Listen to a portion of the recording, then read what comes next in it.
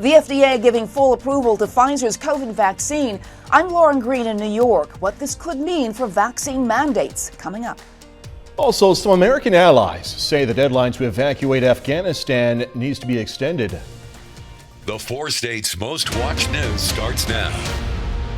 Thank you for joining us tonight. I'm Jordan Abbey. Miami police investigate a homicide that happened at about 1 this morning. Police say they were called to B Street Northeast for a stabbing. When officers arrived, they found 37-year-old Johnny Urine lying in the yard with stab wounds. Urine died at the hospital. Authorities then identified the suspect and arrested them at a Miami home across town. I believe there were acquaintances. That what happened or what caused the stabbing is still being investigated. Trying to find out what exactly happened. Officers still working on that to find out why there was an altercation. As far as we know, they were acquaintances. Official charges have not yet been filed. Nick Kelly joining us now. Whoa, another hot day today, Nick. Yeah, and unfortunately, this is a trend that wants to try and repeat itself for a little while, at least, Jordan. It was a day where it looked nice to be out and about, but warm to start at 77 and topping out at 95. Back above our normal high of 89 for this time of the year. We're just set to do it again tomorrow, and even all the way to Thursday at the very least, with these heat advisories sticking around until Thursday evening. We were hoping the heat and humidity would result in a random shower or storm, but the setup just wasn't there. So while it was hot and humid, any good chances for rain stay well to the north and east of the region. At the very least, we'll keep it quiet for tonight and tomorrow. What that means, we'll just go from 75, Jordan, back into the mid, if not upper 90s tomorrow. We'll see how long this is going to stick around here in just a bit. All right, Nick, thanks so much. A milestone in the fight against COVID-19 reached today as the FDA fully approves the Pfizer vaccine. Fox News correspondent Lauren Green explains what this could mean for vaccine mandates surrounding the return to schools and businesses. The FDA's full approval of the Pfizer COVID vaccine, paving the way for schools, governments, and private businesses to announce new vaccine mandates. And one of the first to act, the Pentagon, making it mandatory for all military service members to roll up their sleeves and get inoculated. These efforts ensure the safety of our service members and promote the readiness of our force, not to mention the health and safety of the communities around the country. An increased number of schools and universities are likely to implement similar mandates for employees and students 16 and older. And this includes workers in the nation's largest school system, New York City Public Schools. This will require that all staff of every kind, principals, teachers, custodians, food service, you name it, needs to have at least 1 dose by September 27th. This is the first widespread no-option policy for city employees. Officials previously said educators, like other city workers, could get the shots or get tested weekly for the virus. Union leaders are now looking into the mandate, saying they still need more answers, including about medical exemptions, and likely to follow private businesses. While legal, many companies have been reluctant to require vaccinations, but the president is now calling on them to step up. Today I'm calling on more companies, I should say, in the private sector to step up with vaccine requirements that'll reach millions more people. Approval for the Moderna vaccine is expected in the coming weeks, and likely followed by the Johnson & Johnson shot soon after. In New York, Lauren Green, Fox News. The FDA's approval of the Pfizer vaccine could impact vaccination rates in the 4-state area. KOM's Zach Dodge has details and local reaction. Those who've been waiting for full approval should go get your shot now. That's what local health providers hope residents will do after the FDA officially gives Pfizer's COVID-19 vaccine full approval. Hope that gives, people in the community another sense of encouragement. Amanda Wilson, the pharmacist at Prater's Pharmacy in Webb City, says they haven't seen any more of a rush for the vaccines than they normally would, but they're ready for it if it comes. We do have Pfizer vaccine in stock in case there is some more interest in that. We've had some people in that have come in because of the FDA approval, and so clearly for some it's definitely going to make a difference. And while Stone's Corner Pharmacy has had walk-ins because of the news, Isaacs explains that at this point it's hard to know if their vaccination rate is any higher. Another thing that's hard to gauge, the impact the approval will have on vaccine hesitancy. Dozens have already taken to social media to say the approval doesn't change their minds. And Iola, Kansas resident Mickey Herrera is still on the fence. I am still leery of that. She and her husband both had COVID-19 at the end of July. Their symptoms were mild, so they didn't need hospital care. She's still apprehensive. I just kind of want to see what long-term effects are and more studies, because I know it's still so new, and I know, like, my doctor even said they're still finding out new things of COVID and the new, strains that are coming out. I just kind of want to wait and see. In Webb City, Zach Dodge, KOAM News. Pfizer's vaccine, now called Manatee, is approved for people 16 and older. The emergency use authorization for people 12 to 15, however, is still in place, as is the emergency use for third doses in immunocompromised people. And that brings us to tonight's KOAM News Now Insta Poll question. Tonight's question: do you think full FDA authorization of the Pfizer vaccine is going to decrease vaccine hesitancy? You can participate, please do, over at KOAMNewsNow.com/vote or through the KOAM News Now mobile app. Results are updated live, and we'll check in on them a little later. Joplin Health Department is reporting 5 more COVID-19 deaths. The patients were 2 men, a 52-year-old and a 71-year-old, and 3 women, ages 60, 71, and 73. The latest deaths brings the city's total to 160. With the FDA authorization, Cox Health has moved to require COVID-19 vaccinations among its employees. Hospital officials say the decision was led by the health system's physician leaders and was due in part to the FDA's full authorization of the Pfizer vaccine. Cox Health CEO Steve Edwards said in a media release, quote, "This decision is ultimately led by science, which has shown us that vaccinations are the way we can end this pandemic." To date, nearly 70% of Cox Health employees are already vaccinated against COVID-19, as well as more than 90% of physicians. Well, the pace of evacuations out of Afghanistan is picking up, but with little more than a week left before an August 31st target date, the clock is ticking, and the situation on the ground grows more precarious by the day. Fox News Chief Washington correspondent Mike Emanuel has more now from the State Department. Over the weekend, busloads of Afghan refugees arrived in Northern Virginia with little more than the clothes on their back. They managed to escape from an increasingly dangerous situation on the ground at Kabul's airport, where on Monday a gunman shot at Afghan security forces guarding the gate. 1 Afghan died. No U.S. personnel were hurt. The violence putting new urgency into evacuation efforts. We have been very clear that we are not leaving Americans who want to return home. We are going to bring them home. The White House has a target date of August 31st, and the Taliban is calling that date a red line. So the pace is picking up. The administration says at least 28 flights carrying more than 10,000 people took off Sunday, the most yet. But a spokesman either does not know or won't say exactly how many Americans still have to be flown out. I think I'm just going to leave it at several thousand right now. And U.S. allies are concerned about their citizens too, pushing for a U.S. military presence into September. We're in touch with the Taliban daily. We're in touch with our allies and partners, and the president will make his own determinations. Members of Congress have plenty of their own questions about the decision-making process and say they raised those concerns with the administration when they first heard the pullout plan. I can tell you the Democrat members were just as vigorous as the Republican members in opposing this. And Congress will start getting some answers when key members of the administration hold classified briefings for relevant committees this week. At the State Department, Mike Emanuel, Fox News. The leaders of the world's biggest democracies, the G7, are expected to pressure President Biden into keeping a U.S. military presence in Afghanistan beyond August 31st when they speak with them in a virtual meeting tomorrow. KOAM News at 9 on Fox 14 takes this time now to honor another 4-state hero. Raymond Hoff Sr. served in the U.S. Army from 1942 to 45. Native of Pittsburgh, Hoff was stationed in the Philippines, earning several awards. We are proud to thank and salute technician 5th grade Raymond Hoff Sr. He's tonight's 4-state hero. Nick Kelly's next with a complete look at the forecast and a bit later. The Girard Trojans aiming to maintain momentum after their first playoff win since 2016. Going to hear from the team in sports.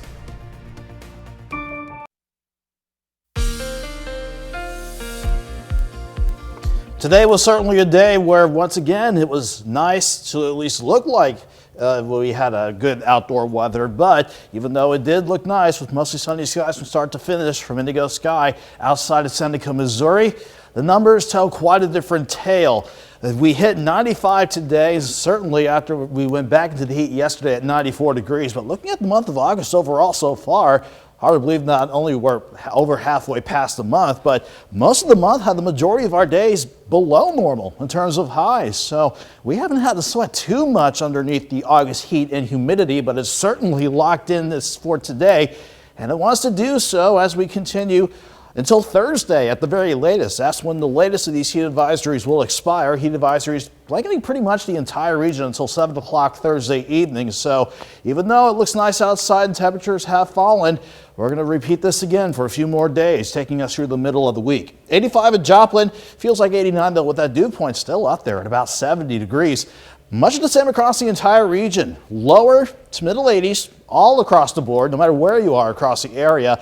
And those dew points, they definitely have come up a bit. We're in the upper 60s to lower 70s now. So we got to break out the dew point tracker again. Definitely muggy air outside, making it still feel like the upper 80s to near 90 in some spots. But I do think we'll get a little reprieve from the heat tonight as lows drop back to 75 before we repeat it all over again for tomorrow. Much of the region was quiet until you head east towards St. Louis and along the Mississippi. That's where we had an earlier batch of showers and storms, but those are quickly collapsing after we got past sunset this evening. Any big features that could give us any rain chances, they're staying away. So our frontal system that came through on Saturday and lifted back north on Sunday, well to the north of us now. And certainly in the upper levels, any big waves are staying mainly to the north as our upper level ridge is in firm control of our weather setup. You can definitely see that reflected on the future track forecast. It's a good thing in one way. It's keeping us quiet to start the overnight out and into Tuesday morning, but it'll only allow lows to drop off to 75 degrees. Going through the rest of the day, it is going to be another quick warm up again. 92 degrees by lunchtime, and then Joplin topping out at 97 for the afternoon, despite a south breeze of 5 to 15. Everybody, though, will be in the mid to upper 90s, making for a hot Tuesday afternoon. And don't forget about that humidity either. We are going to have it feel like it's between 100 and 106 for tomorrow afternoon. And we'll repeat it again for Wednesday and Thursday, as long as this upper level ridge maintains control. But how about the ridge weakens and shifts off to the east, allowing for maybe a couple of isolated storms as we get the weekend started. But down the road, I'm waiting for a better cold front to try and work in on Monday. That'll give us at least a better shot for scattered storms and to at least knock us back into the upper 80s. Before that can happen, Jordan, the alert days out Tuesday through Thursday is because of the heat and the humidity, especially with highs around 96 or 97. Hey, Kelly, thank you. Catastrophic flooding left more than 20 people dead and many missing in Tennessee. The storm dropped up to 17 inches of rain in just hours. Fox News correspondent Charles Watson has more. Rescue crews are frantically searching through debris here in central Tennessee, looking for adults and children missing after the weekend's record-breaking rain. The storm dropped up to 17 inches of rain in less than 24 hours, more than triple what forecasters had predicted. Floodwaters surged through neighborhoods, killing more than 20 people, including twin babies. We've been affected from city limit to city limit, and it's been a huge impact to this small community. Town will wear these scars for many decades. Officials say many of those missing lived in areas where the water quickly rose. In Humphreys County, the historic flooding washed out roads and knocked over power lines, leaving thousands of people without electricity. Streets in the town of Waverly here turned into rivers within hours, the water quickly taking over homes and businesses, forcing some structures off their foundations. Residents say they were caught off guard by how quickly the rain fell. I jumped out of the trailer and next thing you know, it was gone. It was going down the creek. President Biden has pledged the federal government's full support in recovery efforts, and many home and business owners say they are eager to rebuild. I'm going to open again if I have to go in there and pull everything out and redo it again myself. The National Weather Service says no significant rainfall is expected in Tennessee over the next several days. In Waverly, Tennessee, Charles Watson, Fox News. Coming up, some experts have a warning for police. Mental health advocates say police departments could be doing more harm than good when it comes to posting videos showing suicide intervention. I'm Marianne Rafferty with a look at the controversy coming up. Tuesday. It is. We'll have to check a dictionary. I won the spelling bee. Suicide intervention is one of the tough calls police officers frequently respond to, and while advocates say preventing someone from taking their own life is important, they also say posting footage from the event can do more harm than good. Fox News correspondent Marianne Rafferty has more on the controversy surrounding police departments showcasing suicide intervention on social media. 2020 proved to be a trying time for law enforcement, with the murder of George Floyd reigniting national calls for police reform and an end to police brutality. No justice, no peace. The movement's prompting a handful of cities and states to pass reform bills and strip law enforcement of their funding. And some experts say with the profession's reputation under fire, many departments are finding it harder to recruit new officers. In an effort to demonstrate community support, some departments are trying to show examples of how their officers save lives by posting body camera footage of cases involving suicide intervention. We did want to highlight the actions, the heroic actions of these officers. The CDC says suicide is the 10th leading cause of death in the U.S., with at least one suicide every 11 minutes. But some health experts say these videos can wind up being sensationalized instead of being helpful to at-risk individuals. When police departments post videos of people in mental health crisis without the individual's permission, it in many ways is taking advantage of people when they're at their most vulnerable. Other critics say many of these posts don't properly warn viewers about the sensitive content, which can trigger negative emotions for suicide survivors. We're living in this tragedy with him. Now, how is that not creating trauma for anybody else? And while advocates don't want to undermine the importance of suicide intervention, they say before posting a video, police should ask who the video is intended to help, adding getting the victim's permission is critical. Marianne Rafferty, Fox News. Next, members of Congress getting back to work. House members interrupted their August recess to return to Washington, D.C. and take up the infrastructure bill. I'm Natalie Brand on Capitol Hill with the debate ahead. The House is back in session this week to consider bills on voting rights and infrastructure. Earlier this month, the Senate passed both a bipartisan infrastructure bill and a Democrat-led multi-trillion-dollar budget resolution that focuses on what they call human infrastructure. Reporter Natalie Brand has more now from Capitol Hill. The House interrupted its August recess and returned to Washington this week to tackle infrastructure. Monday morning, the House Rules Committee took up the trillion-dollar bipartisan infrastructure bill and the $3.5 trillion budget reconciliation resolution. There's never been a hearing in the Budget Committee on this budget resolution is because they don't want us to offer a counter. I think that the two parties do not share the same values in terms of what is necessary. House leaders are hoping for final floor votes Tuesday. 9 moderate Democrats have threatened to vote against the budget resolution unless the bipartisan physical infrastructure bill is voted on and signed into law first. The group's leader, New Jersey Democrat Josh Gottheimer, wrote in the Star-Ledger, "The House cannot afford to wait months or do anything that will jeopardize passing this infrastructure bill or losing the bipartisan support behind it." Meanwhile, some progressive Democrats are threatening to withhold support for the bipartisan bill unless lawmakers take up the budget reconciliation measure first. And there are disagreements about a range of issues, even within the Democratic caucus. That's democracy. With a very narrow majority, House Democrats can afford to lose only 3 votes from their party to pass the budget resolution without support from Republicans. House Speaker Nancy Pelosi has set an October 1st deadline to enact both measures. Coming up, one pizza chain's latest invention, they kind of stole it, but they tried it out. Watermelon pizza. Nominate your Forced Aid hero. A summer TikTok viral craze doesn't exactly make for a pizza crave when Domino's tries it out. Domino's Australia jumped into an attempt to create watermelon pizza, watermelon being the crust of this pizza. Look at that. The unusual main course and dessert concoction was the suggestion of a TikTok user that made the video for viral viewing back in June. Oliver Patterson is the dude that originally did it. He made his with barbecue sauce and chorizo. Domino's tried it, however, with tomato sauce and pepperoni. The idea may look great on paper to some of us, not me though. But out of the oven, down the chute, This is all going to take some getting used to, Domino says. Patterson suggested his ingredients work better.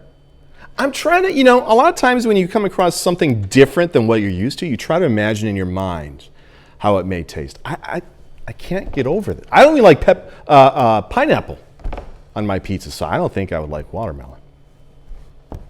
30 more minutes, news, weather, and sport. It's coming your way. An area healthcare facility is asking residents to help stop the spread of COVID as they run out of patient beds. Also, a look at how Florida is trying to take a proactive approach to COVID-19, opening several monoclonal sites throughout the state. State numbers show the city of Joplin is outpacing other cities in the state when it comes to vaccination numbers, becoming the first to hit 50% fully vaccinated. State data shows that 50.9% of the state is fully vaccinated. 61% of all adults 18 and older have started the vaccination process. Joplin leads the state in vaccinations with 50% of its population fully vaccinated against COVID-19. And 9 jurisdictions in the Show Me State are at least 40% vaccinated. The state of Missouri has administered more than 95,000 doses of vaccine in the last 7 days. The highest vaccination rates are among people older than 65. Southeast Kansas hospitals say they're being stretched thin as COVID-19 spreads throughout the community. KOM's Bronte Sorotsky tells us how this led to area hospitals signing a letter asking residents to do more in slowing the spread of the virus.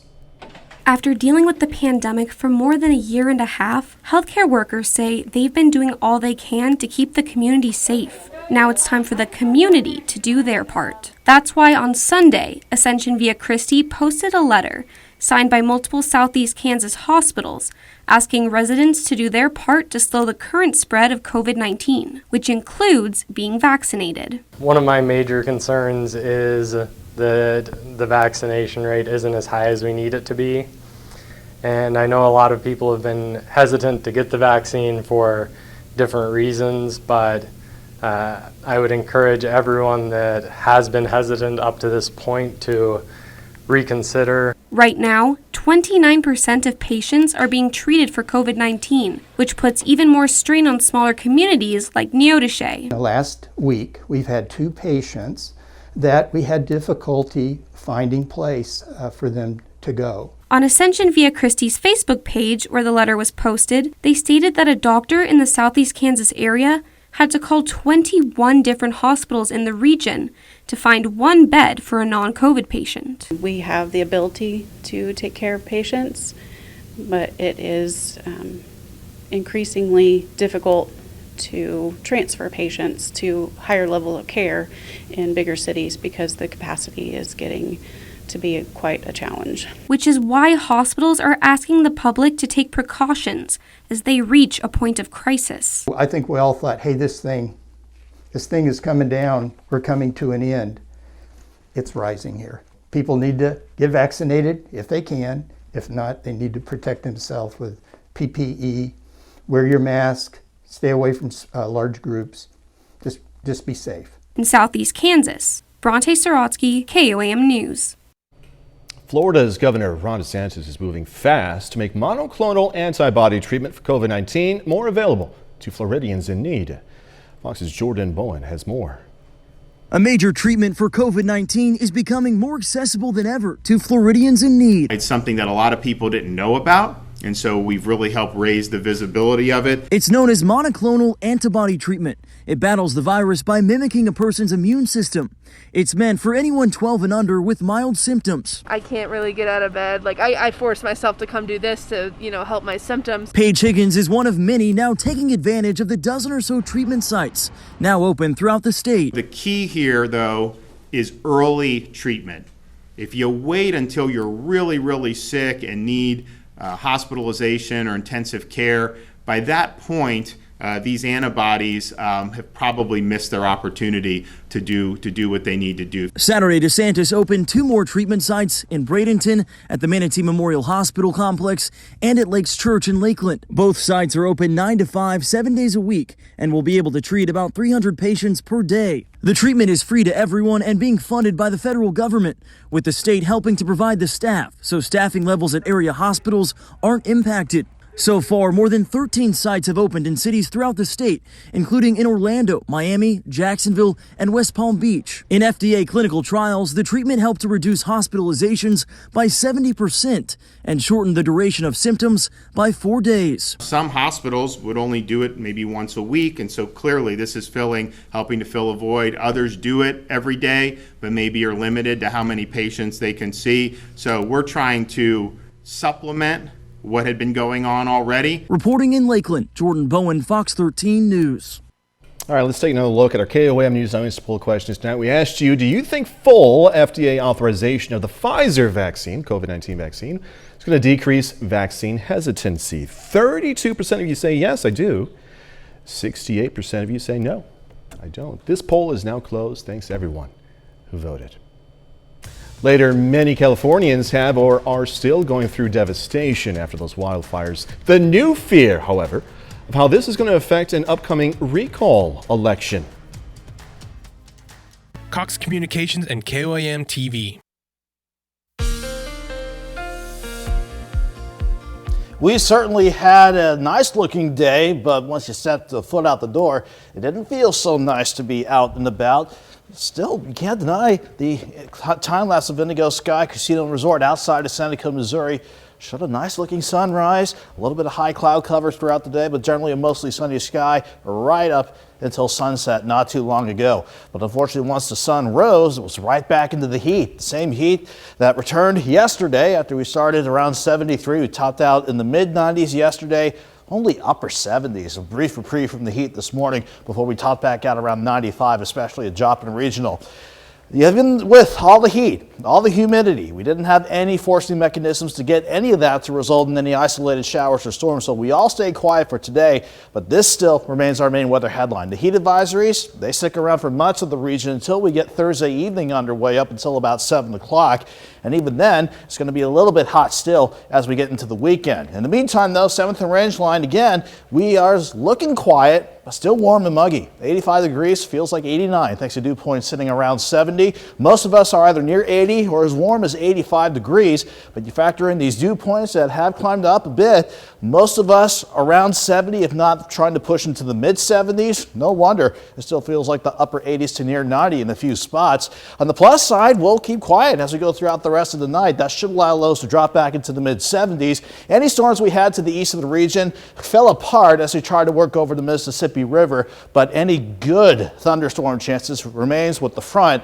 parked well to the north of us now at the surface. And upstairs, easy to see what's in charge. This upper level ridge, that's keeping any good rain chances to the north, and that's what is going to keep us hot and humid yet again for our Tuesday. So let's break down the day tomorrow. Everyone's quiet to start the overnight out.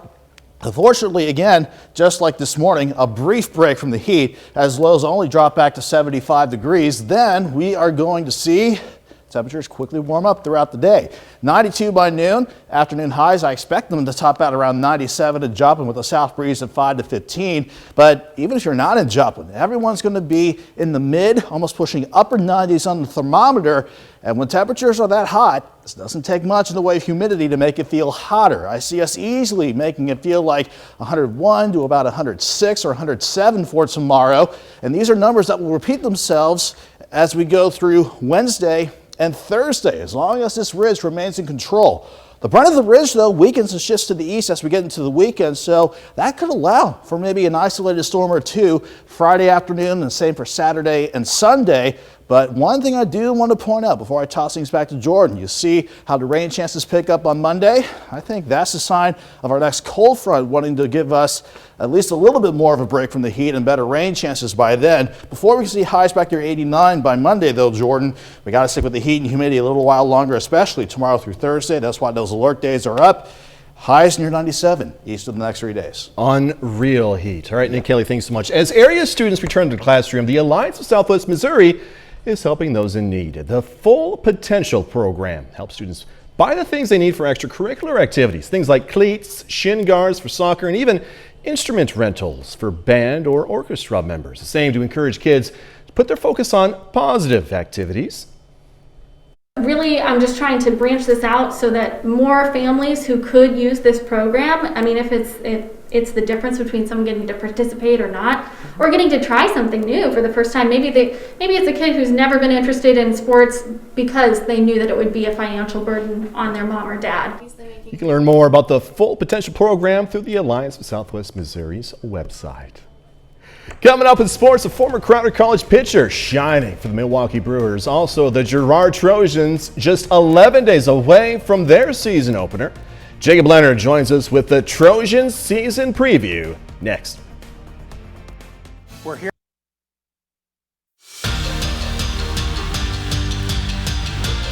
The Girard Trojans are just 11 days away from their season opener. Now, Girard finished last season with a 4-6 overall record, but they picked up some big wins along the way, and they're hoping that momentum stays with them this fall.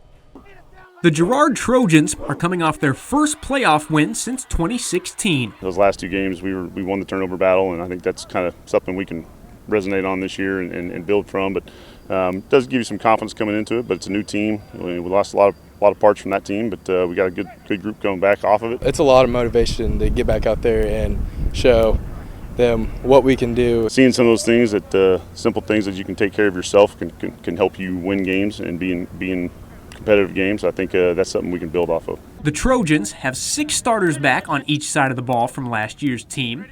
Their experience lies mostly at the skill positions. We've got quite a few skill guys that at least saw some playing time for us. Last year was an interesting year with the COVID and everything and the quarantines that they had to kind of earn their stripes maybe before they were ready. It's the interior on each side where Girard will have the most new faces. Things are going really great. We got a new line this year, ready to compete, and for this Friday coming up for our Jamboree, we're ready to play. We've got some parts there. Our offensive defensive line is going to be green, but willing. I think they've bought into what we're trying to do, and I think they'll be aggressive. They'll be a little undersized. I've told them that they'll probably be undersized in every game they play, but they got to be technicians and do things the right way and play hard. Girard plays in a tough league and a good district. They're hoping to take another step forward this fall and compete with the best of the best on their schedule. Those teams that have been at the top tier, we want to try to get to that point where we're knocking some of them off, and I feel like we're getting a little closer each year. But we've got to build on what we've got, and I think we got a chance to be decent if we can take care of things and continue to work each week. Now, Girard opens the season on September 3rd with a home game against the Colgan Panthers.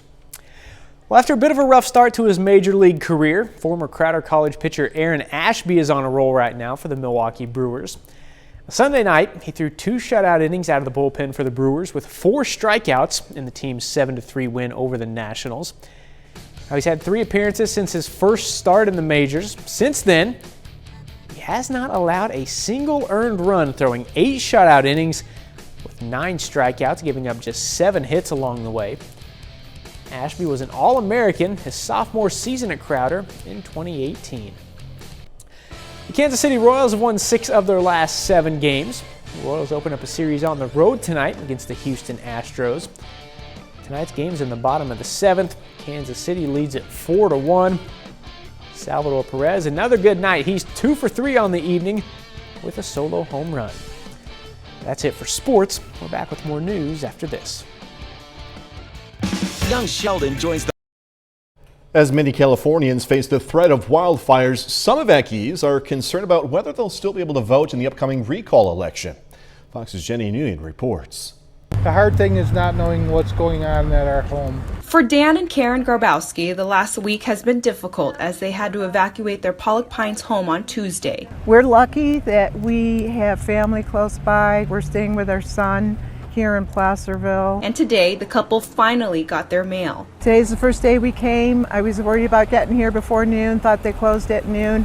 Happy to see they've extended their hours till 5 o'clock. Like many evacuees, getting mail has been tricky, especially as ballots have been mailed out for the upcoming recall election. Bill O'Neill is the El Dorado County Registrar of Voters and says at this point, there's only one place where people can go to get their mail. Mail is currently, from what we understand, is currently being held at the Diamond Springs Post Office for all of the displaced voters and all the displaced residents. O'Neill says there are other options if people are not able to physically make it to the post office in Diamond Springs. If a voter is not sure where they're going to be at, they can call our office. If they're at one of the evacuation sites and can't receive mail, we can bring ballots to them. County officials have been visiting evacuation sites all week and will continue to do so to make sure people are receiving their mail.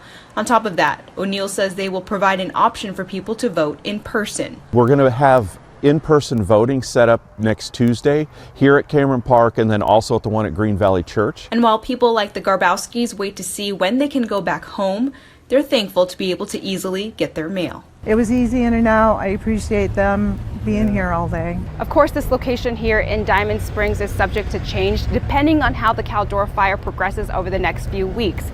El Dorado County officials urge people to check their website on the latest updates on how to pick up their mail.